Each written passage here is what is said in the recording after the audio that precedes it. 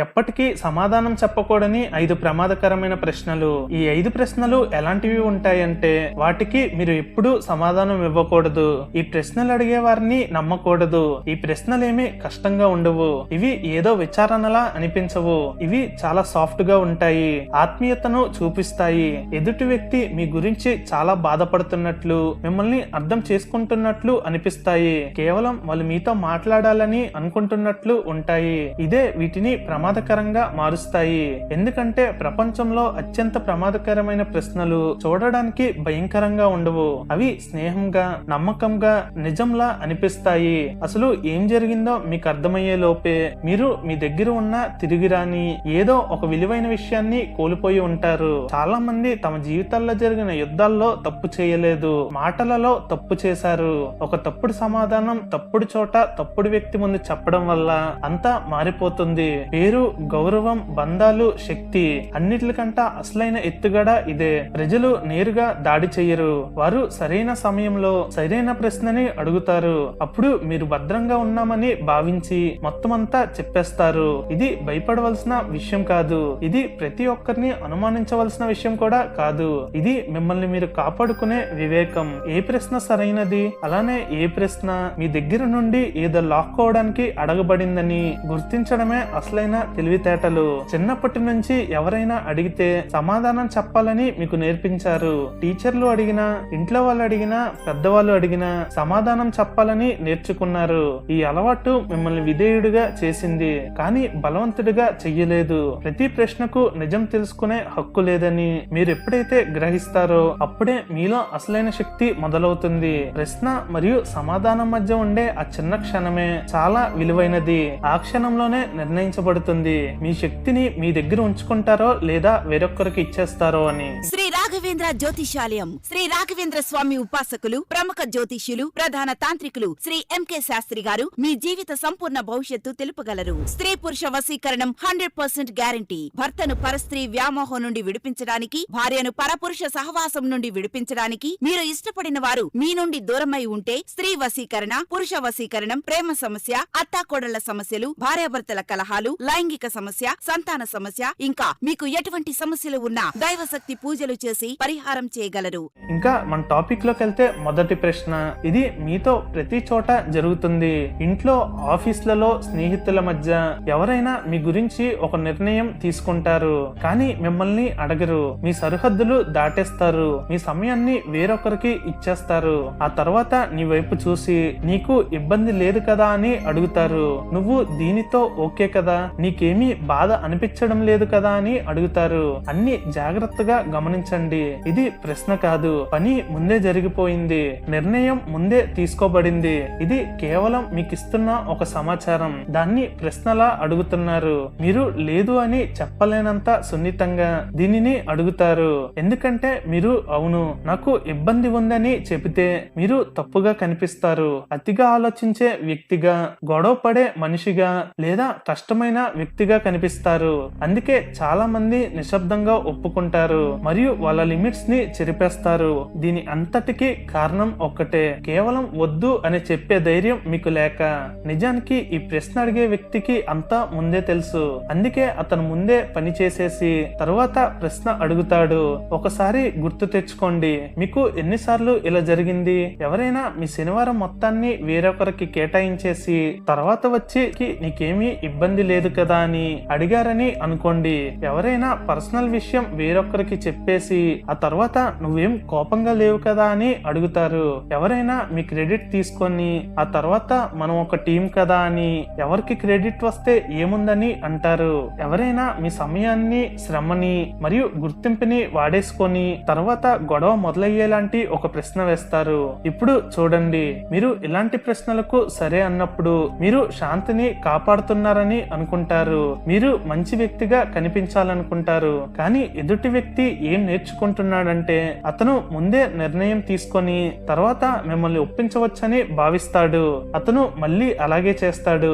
వచ్చేసారి ఇంకా పెద్దగా, ఇంకా లోతుగా, ఇంకా ఖరీదైనది అడుగుతాడు. ఎందుకంటే ప్రతిసారి సరే అన్నప్పుడు మీరు అతని పరిధిని పెంచుతున్నారు. అంటే మిమ్మల్ని అడగకుండా అతను మీ నుండి ఎంతో తీసుకోవచ్చని అతనికి మీరే లైసెన్స్ ని ఇస్తున్నారు. ఈ ప్రశ్న ఒక ఎత్తుగడ. మీరు ఒప్పుకున్నట్లు, మిమ్మల్ని అడిగినట్లు ఇది చూపిస్తుంది. ఒకవేళ మీ తర్వాత ఏదైనా అంటే నువ్వే కదా ఇబ్బంది లేదని చెప్పావని తిరిగి వాళ్ళే అంటారు. అందుకే వచ్చేసారి ఎవరైనా నీకు ఇబ్బంది లేదు కదా అని అడిగితే వెంటనే సమాధానం చెప్పకుండా కొంచెం సేపు ఆగడం నేర్చుకోండి. తర్వాత స్పష్టంగా చెప్పండి, ముందు నన్ను అడిగి ఉంటే బాగుండేది, నేను దీన్ని వేరేలా చేసేవాడినని చెప్పండి. కేవలం మీకు ఇష్టం లేకపోయినా సరే అని మొహమాటంతో చెప్పకండి. మీరు ఇలా చేయడం మొదలు పెట్టగానే జనం మారిపోతారు. వారు మీకు చెప్పడం ఆపేసి మిమ్మల్ని అడగడం మొదలు పెడతారు. రెండో ఎత్తుగడ ఇంకా ప్రమాదకరమైనది. ఎందుకంటే ఇది తప్పు జరగక ముందే వస్తుంది మరియు స్నేహంలా అనిపిస్తుంది.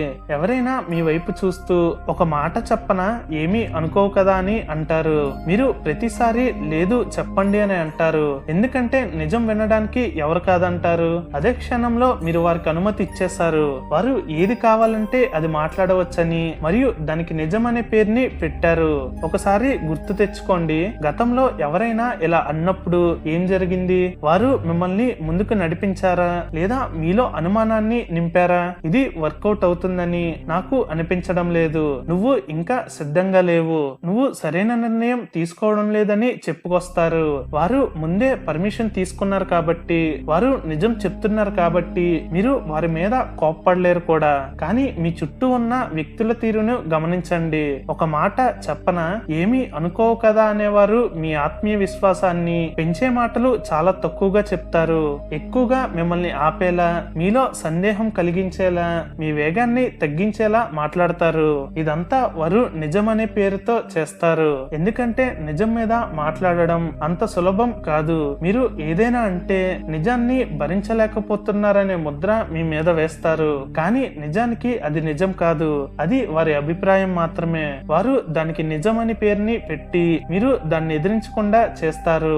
మీ మీద నిజంగా ప్రేమ ఉన్నవారు మీకు ఏదైనా అవసరమైన విషయం చెప్పాలనుకుంటే వారు అనుమతి అడుగుతారా లేదా వారు నేరుగా చెప్తారా? ఎందుకంటే నిజానికి దారులు వెతుక్కోవాల్సిన అవసరం లేదు. ఎవరైతే ఒక మాట చెప్పనా అని అడుగుతారో వారికి తెలుసు వారు చెప్పబోయేది మీకు నచ్చదని. అందుకే ముందే మీ పర్మిషన్ ని తీసుకుంటారు. ఇది ఒక ముసుగు మాత్రమే. ఎవరైనా ఒక మాట చెప్పనా అంటే వెంటనే సరే అని అనకండి. ఒక నిమిషం ఆగి దేని గురించి అని అడగండి. అలానే వినాలా వద్దా అనేది నా నిర్ణయం అని చెప్పండి. ఇలా అనగానే ఎదుటి వ్యక్తి తడబడతాడు. ఎందుకంటే మీరు ఎప్పటిలాగానే వెంటనే ఒప్పుకుంటారని ఆ వ్యక్తి అనుకుంటాడు. మీరు అలా చెయ్యకపోయేసరికి అతని ఎత్తుగడ బలహీనపడుతుంది. మూడో ప్రశ్న ఇది ఇంకా తెలివైనది. ఎందుకంటే ఇది మిమ్మల్ని స్పెషల్ గా అనిపించేలా చేస్తుంది మరియు నమ్మేదిగా మీ మీద భారాన్ని మోపుతుంది. ఎవరైనా మీ దగ్గరకు వస్తారు, తమ సమస్య చెప్తారు, అయోమయాన్ని వివరిస్తారు, ఆ తర్వాత అడుగుతారు, ఒకవేళ నువ్వు నా స్థానంలో ఉంటే ఏం చేస్తావు అని ఒక ప్రశ్న అడుగుతారు. వారు మీ వైపు తనకంటే మీ మీద ఎక్కువ నమ్మకం ఉన్నట్లు చూస్తారు. మీరు దానికి సమాధానం ఇస్తారు. ఎందుకంటే ఆ క్షణంలో మీకు గొప్పగా అనిపిస్తుంది. మీ సలహాకు విలువ ఇస్తున్నారని భావిస్తారు. మీరు ఆలోచించి సలహా ఇస్తారు. కానీ ఇక్కడ ఏం జరుగుతుందో అర్థం చేసుకోండి. ఆ వ్యక్తి ఒక నిర్ణయం తీసుకోవాలి. దాని ప్రభావం అతని జీవితం మీద ఉంటుంది. కానీ ఆ భారాన్ని అతను మొయ్యలేక అందులో కొంత భాగాన్ని మీ భుజాల మీద వేసేశాడు.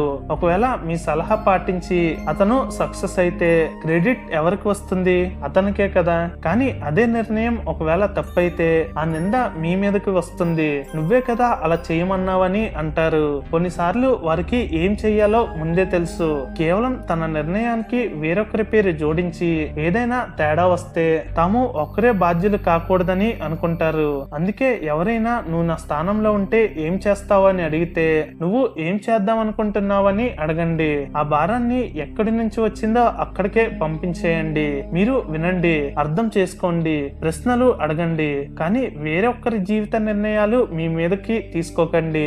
నాలుగో ప్రశ్న ఇది ఇంకా ప్రమాదకరమైనది. ఎందుకంటే ఇందులో మీరు కాదు, మూడో వ్యక్తి టార్గెట్ అవుతాడు. మీరు ఎవరినైనా నిలదీసినప్పుడు లేదా ఒక ప్రశ్న వేసినప్పుడు అతను తన తప్పు ఒప్పుకోకుండా మిమ్మల్ని నీకిది ఎవరు చెప్పారని అడుగుతాడు. ఇక్కడే ఆట మారుతుంది. ఇప్పుడు చర్చ అతని తప్పు గురించి జరగదు, మీకు ఎలా తెలిసింది అనే దాని మీదకు వస్తుంది. ఒకవేళ మీరు పేరు చెప్పితే మీరు రెండు పెద్ద తప్పులు చేసినట్లవుతుంది. మొదటగా మిమ్మల్ని నమ్మి విషయం చెప్పిన వ్యక్తి నమ్మకాన్ని పోగొట్టుకుంటారు. రెండోది ఎదుటి వ్యక్తికి దాడి చేయడానికి ఒక లక్ష్యాన్ని ఇచ్చారు. నిజం మళ్ళీ అణచివేయబడుతుంది. అందుకే ప్రతి ప్రశ్నకు సమాధానం చెప్పవలసిన అవసరం లేదు. ముఖ్యంగా ఆ సమాధానం వల్ల వేరొకరికి నష్టం జరుగుతుంటే ఆ సమయంలో మనం అస్సలు చెప్పకూడదు. ఎవరు చెప్పారు అని అడిగిన తర్వాత ఎప్పుడైనా అసలు విషయం మీద చర్చ జరిగిందా? లేదు, ఎప్పుడు జరగదు. ఎందుకంటే ఆట అక్కడే గెలవబడింది. ఇక మీరు వివరణ ఇచ్చుకోవడంలో పడిపోతారు. తప్పు చేసిన వ్యక్తి హాయిగా కూర్చొని చూస్తాడు.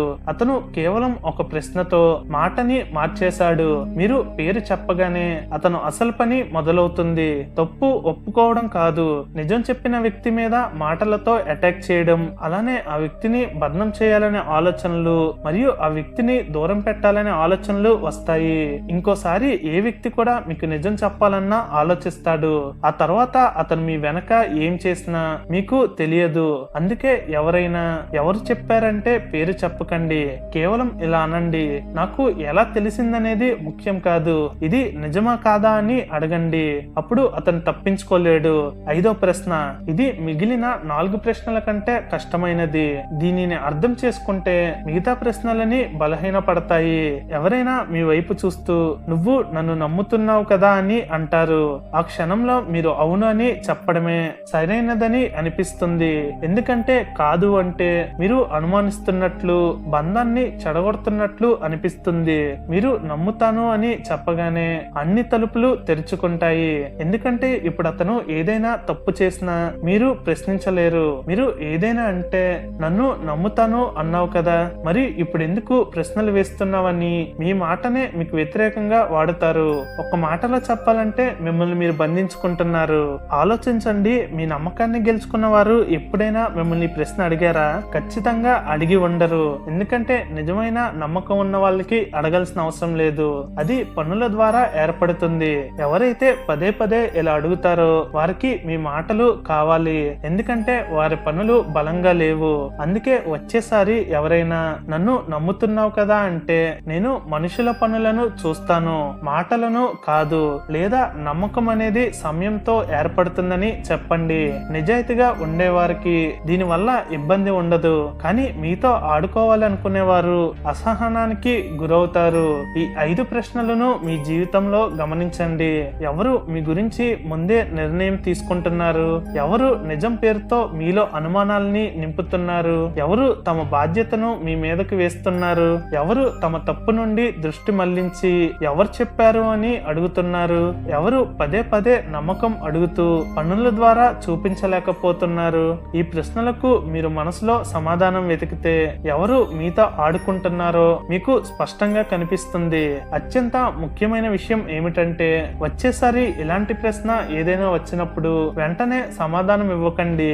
ఒక నిమిషం ఆగండి. ఎదుటి వ్యక్తి మీ నుండి ఏం తీసుకోవాలనుకుంటున్నాడో గమనించండి. ఆ తర్వాత నిర్ణయించుకోండి. సమాధానం ఇవ్వాలని ఉంటే మీ ఇష్టంతో ఇవ్వండి, లేదంటే మౌనంగా ఉండండి. ఇప్పుడు నిజంగా చెప్పండి, కేవలం గొడవ అవ్వకూడదని మీరు ఎన్నిసార్లు సరే అన్నారు? అది కింద కామెంట్ సెక్షన్ లో కామెంట్ చేయండి. సో ఫ్రెండ్స్, ఈ వీడియో మీకు నచ్చితే లైక్ చేసి షేర్ చేయండి. ఛానల్ యొక్క కంటెంట్ నచ్చితే ఛానల్ ని సబ్స్క్రైబ్ చేసుకోవడం మర్చిపోవద్దు. జై హింద్.